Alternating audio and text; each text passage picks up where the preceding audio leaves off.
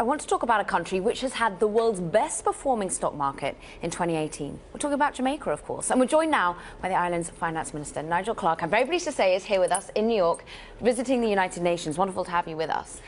What an end to 2018. What a beginning to 2019. Fitch upgrading your debt rating, seeing that you're managing to square your public finances, cutting the debt load, seeing renaissance in terms of mining. What's the sweet spot right now? What's your secret sauce? Jamaica has had tremendous performance over the last several years with restoration of macroeconomic stability and a return to growth. We've had 16 consecutive quarters of economic growth, and we have been engaging in a series of structural reforms, fiscal, monetary, and other reforms to restore the economy's health. And the results have been gaining attention around the world. And the stock market is responding as well. The central bank is supporting education of what's going on economically, tackling debt specifically. You mentioned reforms. What was interesting was there was a series of videos that was released on Twitter addressing inflation and monetary policy. Talk to us about how that came about. Well, Jamaica has for a very long time had a monetary regime that focused on the exchange rate as a tool of monetary policy.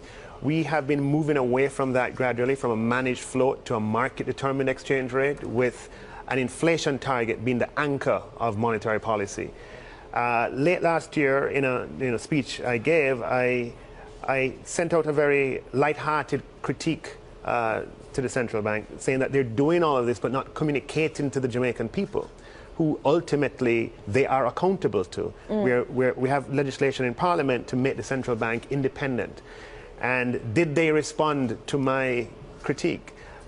Responded by originating a series of videos designed to bring the Jamaican people into the conversation, into this big change that we're making, this policy change. We have legislation to make the central bank independent. So monetary policy, the implementation of it will be independent of the executive, and moving towards an inflation targeting regime as a cornerstone of monetary policy. And it was very important to communicate to the Jamaican people in the best way possible. And the fact is that in Jamaica, whether you're communicating about a glass of juice or beer, or you're communicating complex monetary policy, music helps music helps the communication effort. And they wouldn't have expected the video to had received as much attention as it did, but very happy that the message is getting across to the Jamaican people. Did it go viral?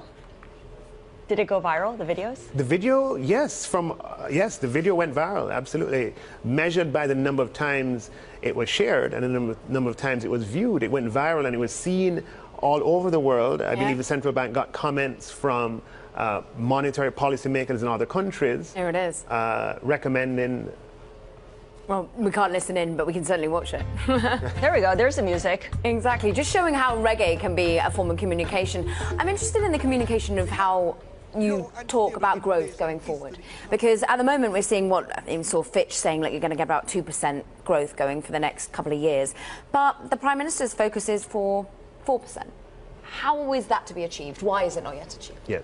So Jamaica, is emerging from a period of high debt and low growth over a long period of time. Our growth over 40 years was about 0.9%. Over the last 10 years was about 0.2%. Over the last 5 years, about 0.5%.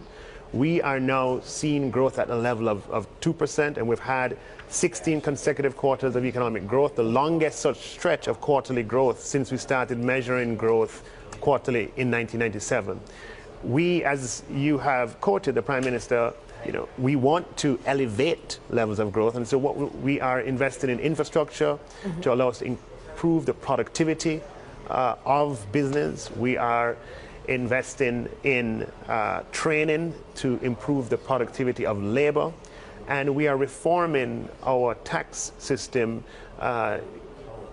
bringing forth greater economic efficiency by getting rid of distortionary taxes, taxes that distort the allocation of capital in the economy.